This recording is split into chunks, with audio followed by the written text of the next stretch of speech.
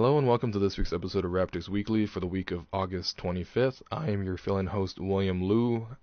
So first up, some housekeeping. We apologize first off for not getting the podcast out for Monday morning as we usually do. Something came up last second and we couldn't record. And now something has come up again with technical difficulties, and that has resulted in me just doing a solo pod and filling in for Zarar. Anyway, I hope it's good. This week's episode, we will be talking about, and by we, I just mean me, because it will just be a solo pod. On this week's episode, we'll be talking about extensions, so namely Jonas Valanciunas' new deal, and also some talks surrounding Terrence Ross potentially getting an extension. So we'll talk about that. And in part two, I'll sort of ponder to myself what success means for this Raptors team. So how many wins, is playoffs, success, development, basically what constitutes a success for this upcoming season. And in part three, I will answer some listener questions from Twitter. So I hope you enjoy.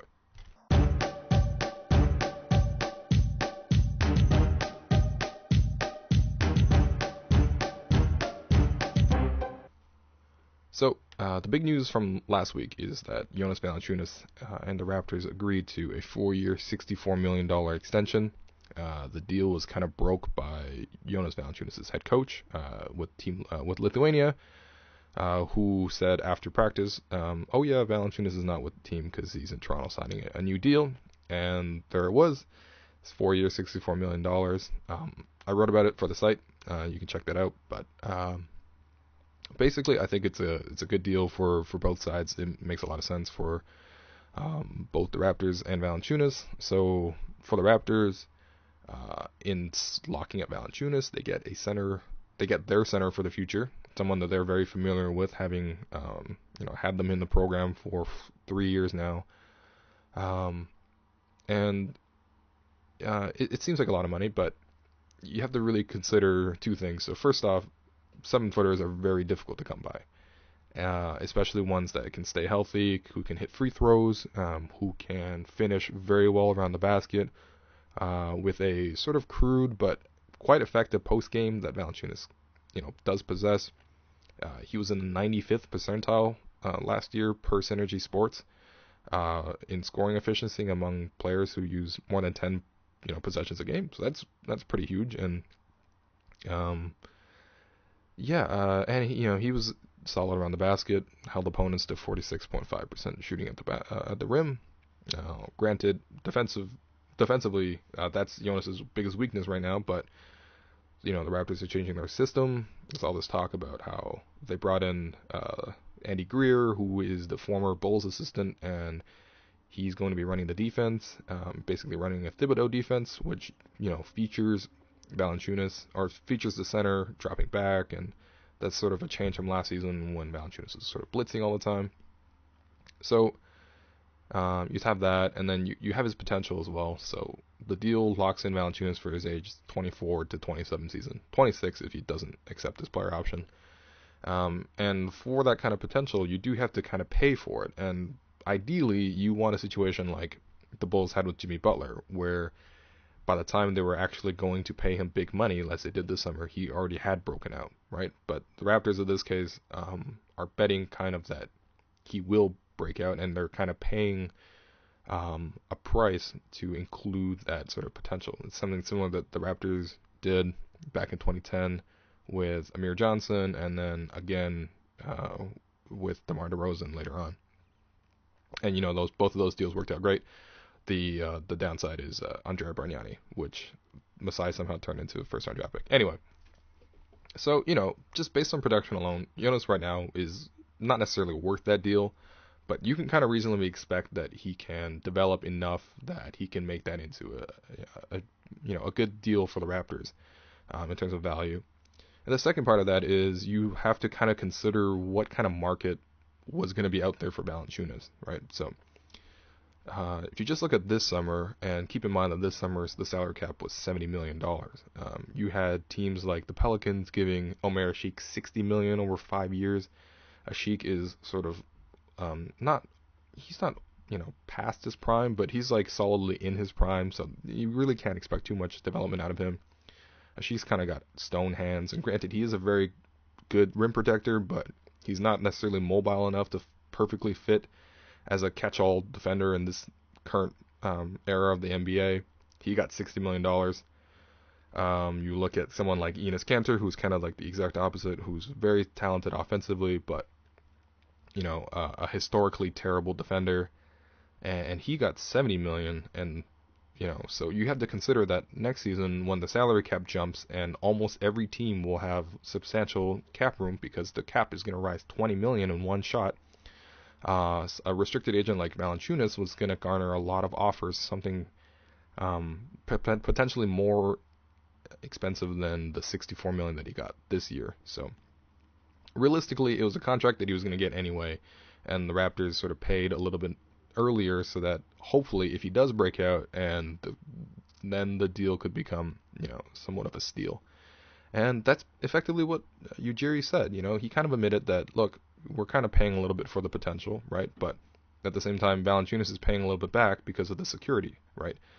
And so it's a kind of a gamble on both sides, but it could really work out. And I quite frankly, I think it will work out because what this deal signifies is that now Valanciunas is solidly a core piece of what the Raptors are trying to build towards, and that's very encouraging. Because first of all, just as a player, Valanciunas has the potential to become a dominant low post sort of scoring center in an era where there kind of aren't really that many of them still around. And but unlike a lot of other ones, he can actually shoot free throws, and quite frankly, he's a pretty efficient scoring option. Now, granted, he has to improve upon a lot to sort of make himself into a solid number one or even number two option. He has to expand his offensive repertoire, which, to his credit, he's working with Jack Sikma this summer to work on his jumper and work on his fluidity. And number two, he has to improve on defense to the point where even regardless of what system is being run, he has to be able to be effective and find a way to stop opponents. And he might not never get there, but he's a very good prospect, and it's nice that the Raptors can have someone like Valanciunas to sort of count on and build around towards the future. And the upshot of all this is that he also gives the Raptors outs, or Masai Ujiri outs. So if next season, if the Raptors, if they fall on their faces and this whole thing doesn't work, and Masai really has to reevaluate, okay, maybe there's no way to build a winning team around Lowry, there's no way to and DeRozan, and he needs to dismantle the team, well, then you have Valanciunas on a reasonable deal that you can A, either build around him, or B, trade him as well, because he will have value at his current price and his production as well. So it's a good deal. I praised it as well on the site, and it'll be exciting at least to see if after all this hoping, and since he got ever since he got selected in 2012, fourth overall, it'd be great to see if Valanciunas can actually make good on all this promise, and become that star player. Because quite frankly, the Raptors have made a huge commitment to him now, and it remains to be seen where he will take them. But at least now he will have definitively that opportunity to, because he's now locked in for the future. So the second part is I was going to talk about Terrence Ross's extension. So at the Jonas Valanciunas not introductory, but basically after he signed the extension, at a press conference, Masai Ujiri asked some questions, and someone asked him, what about Terrence Ross? He's also eligible to get an extension this summer. And, Masai kind of played it off, but what he said was, there's been a bit of talk, we'll keep monitoring, and we'll see how these things get done. If anything happens, we've had a little bit of discussion. So, what was he supposed to say? He had to answer it, right? And so, maybe there hasn't been discussions, maybe there has, but it's hard, I don't know. It's hard to say with Masai, who plays a lot of things close to the chest. But if there are some discussions, I guess the visceral reaction would be, repulsion because, quite frankly, Terrence Ross is not very good. Uh, if you remember 2 weeks back on this very podcast, Zarar was trying to implement a new segment of the podcast where all we would do is talk shit about Terrence Ross. And that's not us picking on Ross necessarily. It's more that Ross has sort of been quite disappointing and not necessarily what the Raptors have expected out of an 8th overall pick. Um, but at the same time, there is an opportunity. And as much as it pains me to say that,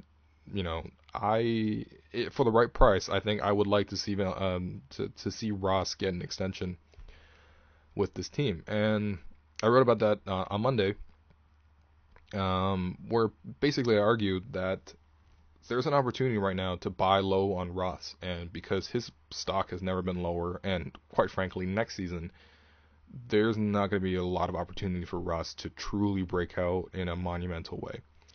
And, because if you look at it, like last season, Ross was kind of disappointing. He got pulled from the starting lineup for a little while James Johnson filled in for him at small forward. And even though the Raptors badly needed sort of that 3-and-D guy to come off the bench or to solidify the starting unit, he wasn't able to bring it consistently on both ends. He's still pretty good on shooting 3-pointers, and that alone will keep him in the NBA for a while longer. But defensively, he definitely took a step back. I remember last year in 2013-2014, there was that very promising game against the Pacers around Christmas time, or maybe New Year's, but he shut down Paul George. And actually outscored him that game, and the Raptors won, and that was part of the Raptors' big, great comeuppance that season. And there was another game against Chris Paul where he locked him down. And so, basically, the potential is there, right? And it's just frustrating to see Ross be a tease like this. And, but at the same time, there's an opportunity, and I propose something like 3 years, $20 million as an extension for Ross. Again, I know the money sounds crazy, but you have to consider the escalating cap environment. So some comparable deals that were signed this summer, like Jay Crowder got 5 years, $35 million. Iman Shumpert got, I think, 4 years, $40 million from the Cavs. So, granted, I would much rather have either of those players than Ross on this team, because they're both more solid defensively and more consistent. But Ross, again, is a better shooter than them. And quite frankly, I'd argue that Ross has more potential. And so, yeah, 3 years, $20 million. Again, it's kind of like Jonas. It's not necessarily worth that money. But at the same time, if Ross actually develops into just, I don't know, a 6-man kind of role, or like a very dependable wing defender who can also shoot off the bench, who doesn't do much else, that alone is worth 3 years, $20 million. And hopefully, if the Raptors can somehow lock Ross into a deal that's fairly cheap when fairly controllable, hopefully the Raptors can get that done. I don't really get the sense that Ross necessarily wants to bet on himself, especially considering next season he will have DeMar Carroll, who will be starting ahead of him at small forward, which really doesn't bode well for Ross in a contract year. And if he's just going to take a 1-year qualifying offer, I don't even know if the Raptors will necessarily offer him that, because that'll be worth like $8.8 million. I don't think the Raptors necessarily want to pay $8.8 million for Ross. So, yeah, lock him into the deal, and if it doesn't work, then yeah, it'll kind of be a pretty big loss. But if it does work out, then it turns Ross into an asset that can either contribute to the Raptors, or he can be moved at that price to another team. So I don't know. There's an opportunity there, and even though it sounds like such a horrible idea that, oh my God, why are the Raptors trying to extend Terrence Ross?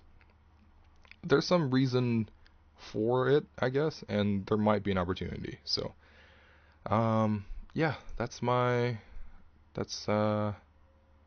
it for segment 1, and I'll come back with segment 2 if you are still somehow listening.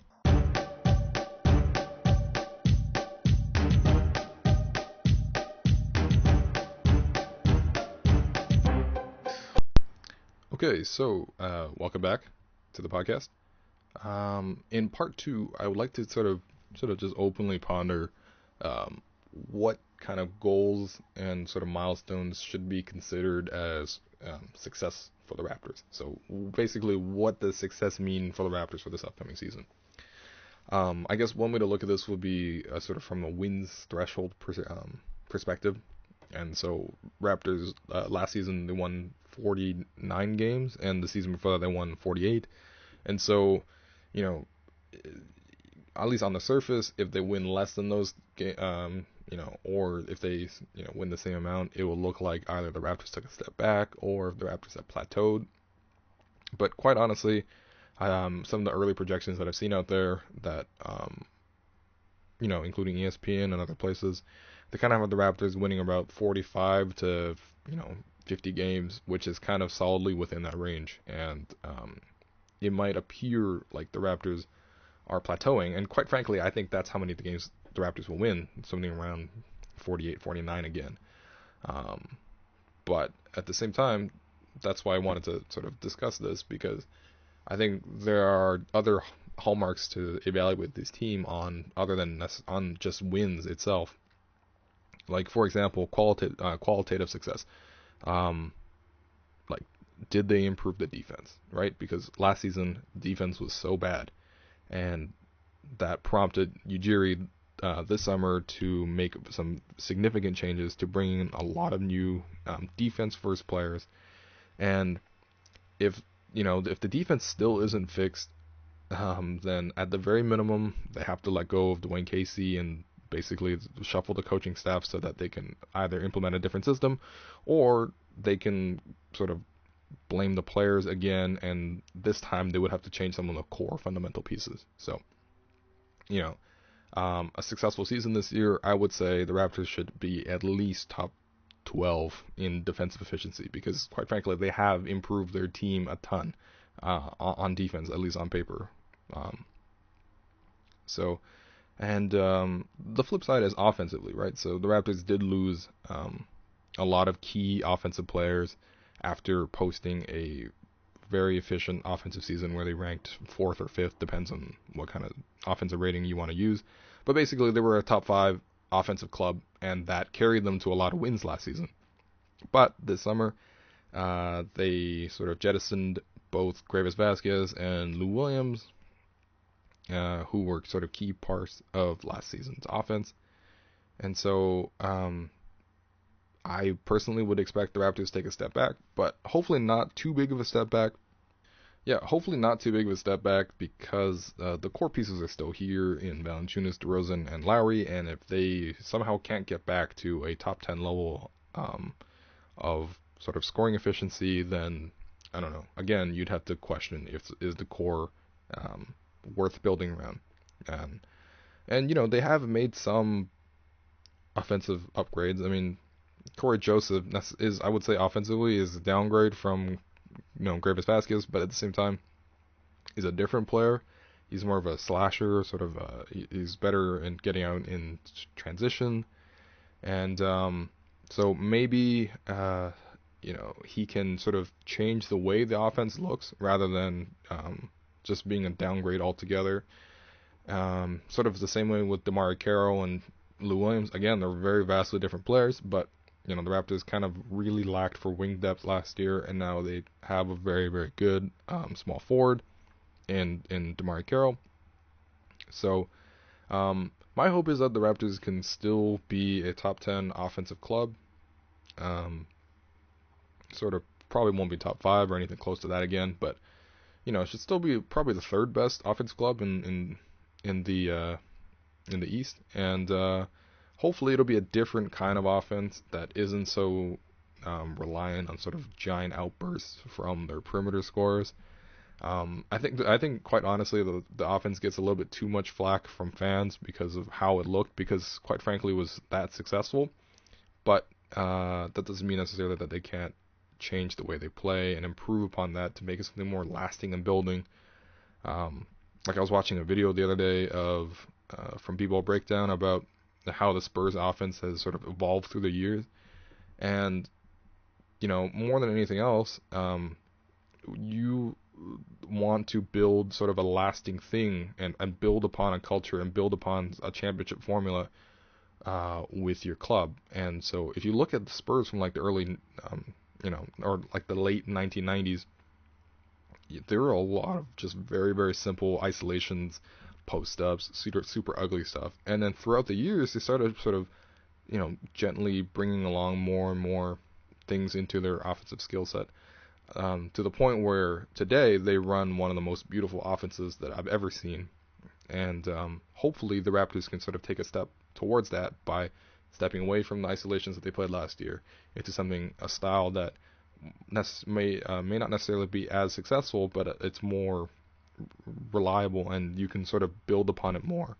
And hopefully, if they can find that style, then they can actually start acquiring pieces to fit that style, kind of the way San Antonio has. So, to summarize, at least from a qualitative standpoint, I think a successful season for the Raptors would be sort of a top 12 defensive club and sort of a fringe top 10, top 12-ish offensive club as well. I guess another way to look at how the Raptors season will be ranked and judged would be through playoff success. So the Raptors obviously have ducked out in the first round in each of the last two seasons, and that kind of sucks, especially since they got swept by the Wizards in the most recent one. So I don't necessarily want to say that the Raptors need to win one round of the playoffs in order for the season to be a success. I think that depends on who they face, because quite frankly, the East looks sort of revamped, and if the Raptors finish, I don't know, 4th or 5th, they'll probably have to face another decent team like Washington or, I don't know, the Heat or the Hawks, depending on how much they slide. So I don't know necessarily if they should need to win a round of the playoffs, but definitely it'd be encouraging, right? And I think that's what I was sort of referring to in the last little bit about qualitative success, is that hopefully they'll play a style that's a little bit more difficult to shut down by the time it comes to the playoffs. That's something that Dwayne Casey and Ujiri have both talked about in press conferences following the playoffs, is that they hope to build something that can withstand the test of the playoffs, right? And so hopefully, they can have a better showing in the playoffs. Definitely, it'd be great if they can win a round or even 2 rounds, but I don't necessarily want to say that this team needs to win a round in order to be kept together without getting dismantled, but we'll see.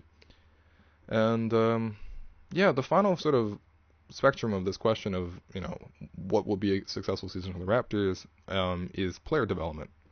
And the Raptors do have a ton of prospects on this roster. Ujiri has finally shuffled out some of the sort of the older, useless contracts like Landry Fields and Chuck Hayes, and I'm kind of Tyler Hansbrough, even though he was a useful player, I guess. And he sort of filled the roster now with a lot of prospects. And you would hope that, first and foremost, the ones that are already contributors like Jonas Valanciunas and Terrence Ross, you can hope that they take a step forward. And if they take a major step forward, then I would consider the season a success. And I mean, like, one of them has to break out into an all-star, basically, for that to happen. But, you would also like to see what you have in a player like DeLon Wright. If he's not good immediately, or at least if he doesn't improve throughout the season to a point where he's like a, passable rotational piece, then that'll be pretty, discouraging, because he's already 23, and based on everything I've seen from him, it seems like he should be able to get to that level as long as the jump shot can be somewhat functional. But we'll got to see what we have in DeLon Wright, and you got players like Bruno and Bebe. I think Bebe is ready for actual playing time, and I hope he gets some spot minutes behind, I guess, Jonas and Biyombo at third string center. He's already, I think he's 23 coming into this season, so he should be ready to play. As for Bruno, I very much doubt that he can be anything next year at the NBA level, but hopefully through tracking through the D-League, we can see him actually develop other parts of his skill set. Right now, he kind of has like individual skills like 3-point shooting or defending one-on-one. But you would like to see sort of a fluid parts of his game that can kind of connect those things together to make him a full player that is actually NBA ready. And then you got Norman Powell, who, won everyone's hearts at Summer League. Can he actually contribute at the NBA level and sort of replicate his success? Can he succeed as a two guard who's just 6'4"? Although, granted, he's got very long arms, so I think he could. But again, like Wright, the jump shot's an issue with him. He's also a senior, or he was a senior coming out of college, so you would hope that he can show a level of productivity right out the gate.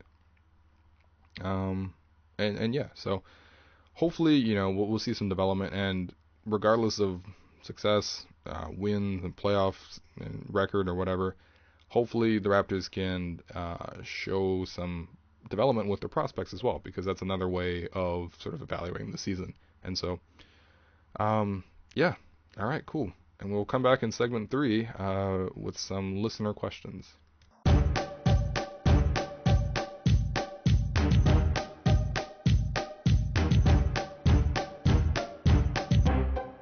Okay, and welcome back for part 3. I'm just going to go through some questions from Twitter. If you have any questions for the pod or just the website in general, just feel free to tweet at us or reach us on Facebook or shoot us an email. I'm not going to guarantee that we'll see it, but if we do see it, there's a chance that we can talk about it or discuss it. I mean, we're definitely happy to. It's just that sometimes the questions are pretty terrible. So hopefully there are no terrible questions today. The first one comes from Benjamin Muldoon, who asks, do you feel like people are sleeping on the Raptors, or are the Raps actually going to take a step back? I kind of talked about it on part 2, but I don't know. I don't know what it means necessarily if people are sleeping on the Raptors. Like, I don't really care if ESPN projects us to finish 6th. Granted, there are some better teams in the East this season. At least it sort of shapes up to be that way. And based on how last season ended, yeah, I don't necessarily blame people if they are sort of underwhelmed by the Raptors going into the season. But I don't know. I still expect them to win sort of around 48, 47 wins. So it's not really taking a step back. It's just that they're going to change the outlook of the way their team looks and the way the team plays. But ultimately, I think they'll win around the same amount of games. But, like I said earlier, there are other indicators of success. Okay, and Benjamin has a second question. Is there any way Ross can actually prove he's worthy of a huge contract with such a limited role on this year's team? That's a good question, because quite frankly, I don't think so, because the Raptors brought in another guy to replace him in DeMarre Carroll, and he's really not going to have as many opportunities, especially playing with the second unit, because he's not going to be set up for the same quality of looks that he would get if he were with the starters. So I don't know. I mean, I really doubt that he will have a great chance to break out this season. And which is why I think the Raptors should try to lock him into a cheap deal now, so that eventually, if he does develop and he does sort of break out, in future years, he'll become a steal. So, all right. Next question comes from one of those Twitter eggs, ODSFMSOI, who asks, Fareed with Raps, yes or no? I feel like we get this question all the time. I don't really understand. Kenneth Fareed is not a good fit next to Jonas Valanciunas. He's not good defensively. And even though he kind of looks that way because he's athletic, he makes all these above the rim plays, and he quite frankly does have a few highlight-worthy blocks. But if you just look at the on-off numbers, the Nuggets have basically been worse with him on defense every single year when he's on the floor, and much better with him off the floor. And you're going to pair him with Jonas Valanciunas, that just doesn't make a lot of sense. And quite frankly, Fareed can't shoot well enough to fit with the core of Valanciunas and DeRozan, which already puts you down two non-shooters in the starting lineup. You can't have 3 with Fareed in there. So hard pass on Fareed. I understand he's a talented player. I just don't think he's a fit with the Raptors. Okay. The next question comes from P Penguins. What would you be willing to trade for Morris, I'm assuming Markieff, And do you think is a good fit? Also, your thoughts on KG versus or MKG versus Carroll's contracts. Okay. So the first part with Markieff Morris. Yeah, we haven't really written too much about Markieff Morris, but there is a rumor out there that Markieff, who wants to come to the Toronto Raptors because he likes Kyle Lowry. Um, I don't know. I think Markieff is a very talented player, but so far he's not really doing himself any favors by tanking his value so hard like this. So the personality concerns are starting to concern me because there are things like apparently he's facing charges, him and his twin brother, with this assault case. Apparently he beat this man who was a friend who was dating his mom at the time. And now he's making all this noise. He's publicly saying things like, I'm not gonna play a minute for this Sun squad because I can't believe they would consider trading me for LaMarcus Aldridge, which is kind of crazy, or that they would trade my brother, which it was kind of a dick move by the Suns because they signed them together as a package deal. But at the same time, that's business, and you have to kind of understand that sometimes these deals are made. And yeah, given all his personality concerns, I'm a little bit skeptical. But at the same time, Markieff is a very talented player. His stats don't really do him justice because he's one of those players where he's very talented, and if you can just cull back, if you just file away some of the more negative aspects of his game, he can become a very useful player. But at the same time, I don't really know how the Raptors can find a fit for this trade. The one that comes to mind and has a lot of popularity within the fan base is swapping Patrick Patterson straight up for Markieff. I don't like that idea at all. I think Patrick Patterson is very criminally underrated, and while I think Markieff is a more talented player than Patterson, Patterson has been a great locker room guy. He hasn't made any noise. He seems to be a very outstanding citizen, and he's a very good player. I mean, just go back and look at the Raptors' offensive rating with Patrick Patterson on the floor the last 2 seasons. It's like 110, which would have rated number 1 in both last season and the season before. So, yeah, I don't really see a trade unless, I don't know, in midseason, the team really sucks, and they have to trade someone like DeRozan, who was on an expiring deal. Maybe DeRozan for Morris, but I think Phoenix had to throw in some more pieces on coming back the other way in that one. So, I mean, yeah, right now, Markieff, I don't really see a trade for him out there. And the second part about MKG versus Carroll's contract. So I think MKG got a 4-year, $45 million deal on Wednesday on Monday, and yeah, it's interesting. The difference between Carroll and MKG is that MKG can't shoot the 3, which is tremendously important as a wing defender. Now, I think MKG is already a better defender than Carroll, and he's younger and he's more, potential and upside. But, MKG right now, as it currently stands, is kind of a fatally flawed player, and he's showing signs of improving his jump shot. But until that jump shot comes around, this contract is not that great necessarily for what MKG brings on a basketball court. But I mean, yeah, I don't think they're similar enough players. MKG is a defensive specialist. Carroll is a two-way player. So yeah, even though Carroll's got paid more, Carroll actually proved that he's a complete player. Whereas Charlotte's kind of betting that MKG will become one day. The next question comes from Muryanak. Okay, I'm not very good with names. Other than DeMar and maybe Kyle, who will score on this defensively built team? Don't see any many any Raptors who can create. Okay, that's a reasonable concern and something I've wondered as well. I think people are underrating Corey Joseph's ability to handle and create plays. He's not as talented in the pick and roll as Gravis Vasquez or Lou Williams, but he's very serviceable. He knows how to keep the offense humming. Louis Scola is also a decent option. You can sort of throw it to him in the high post and run cutters around, and he's a pretty good passer, and he also can shoot from the mid-range area more reliably than someone like Amir Johnson did last season, mostly because Amir's jump shot takes a lot of time to uncork, whereas Scola can actually shoot it pretty quickly.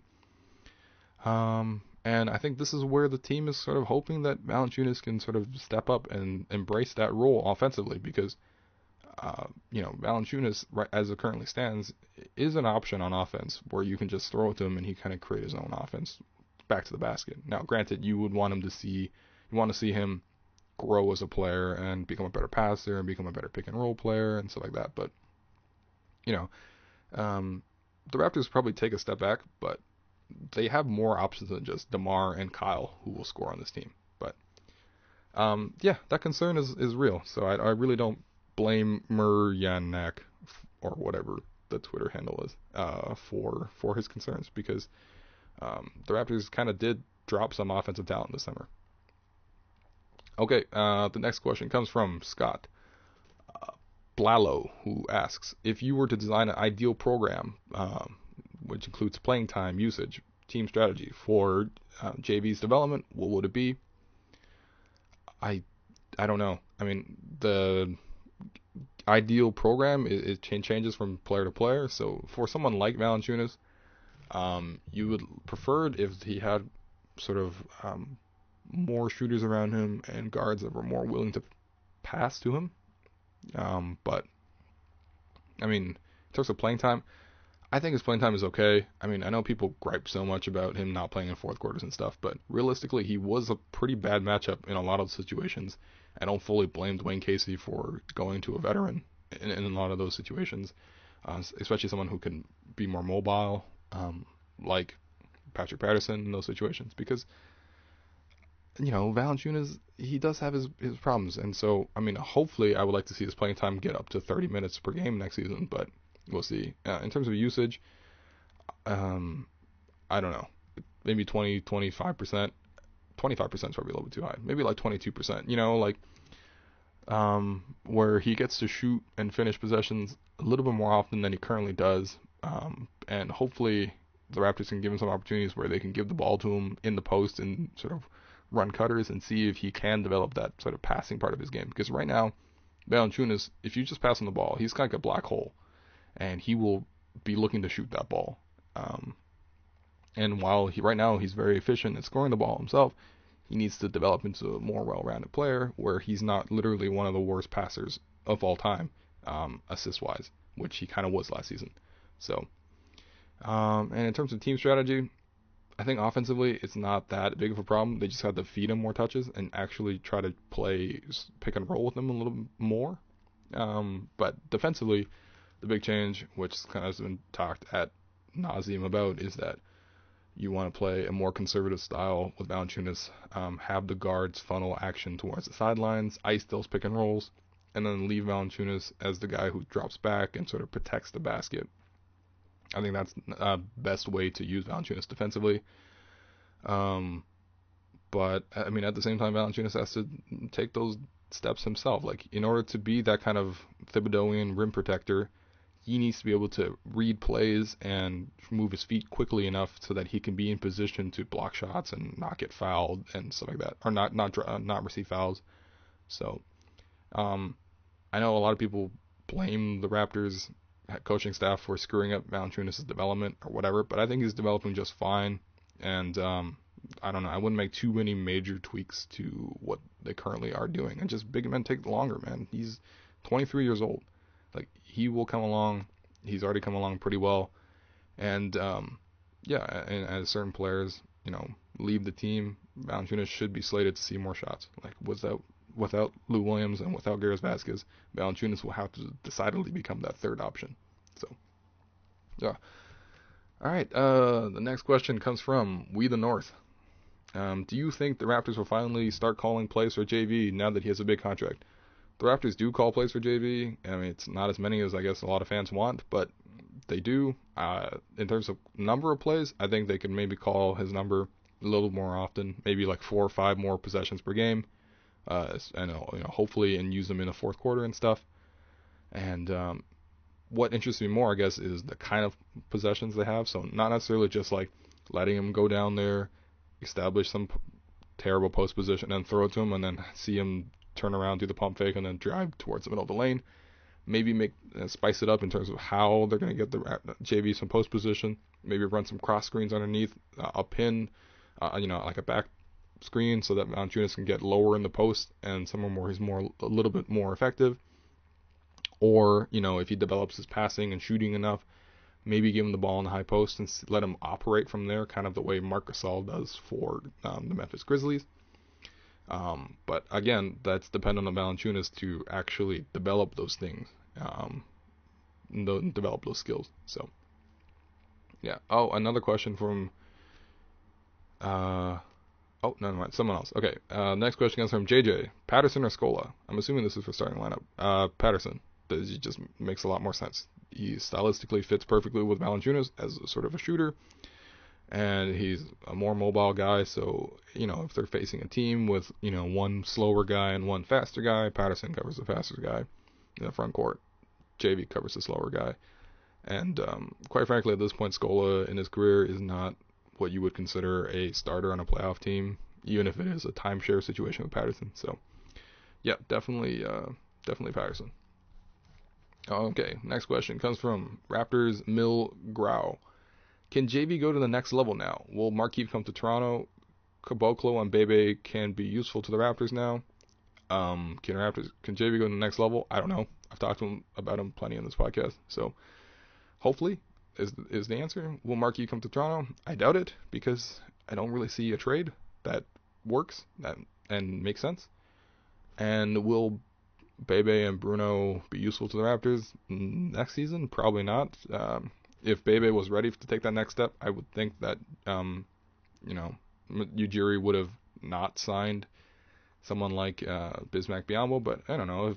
If Bruno takes significant steps, then it's whatever. They can just scrap some of Biyombo's minutes and give it to Bruno, or so give it to Bebe. And in terms of Bruno, I don't know why anyone would think that he's going to be ready for next season. If you have ever watched him play, he is extremely raw, and he's very far away from being an NBA player, even still. So right now, he's developing individual skills. Hopefully, in the D League, he can develop into a full, well-rounded player who can do things other than just spot up. So, yeah, the answer probably is no. Next one comes from Jordan McKenzie. Oh, and this will be the last one. Okay. With the arrival of Carroll, will Ross be a backup small forward and learn, or will he be used as trade bait? Using Ross as trade bait is an interesting proposition. It's just that using Ross alone as trade bait might not necessarily be super useful, because the Raptors are over the cap, so they need to match salary, outgoing salary with incoming salary. And quite frankly, for whatever he earns, like $3 million a year, you're not going to get a lot back in terms of a player that's better than Ross at $3 million. So I don't really see how he can be necessarily used as trade bait. He would probably have to be combined with another contract, but unlike previous years, the Raptors don't necessarily have just big contracts that are, movable and sort of useless, kind of the way Landry Fields and Chuck Hayes was last year. So, yeah, I doubt he'd be used as trade bait. And in terms of being backup small forward or whatever, I mean, I think positions are a little bit meaningless in this sense.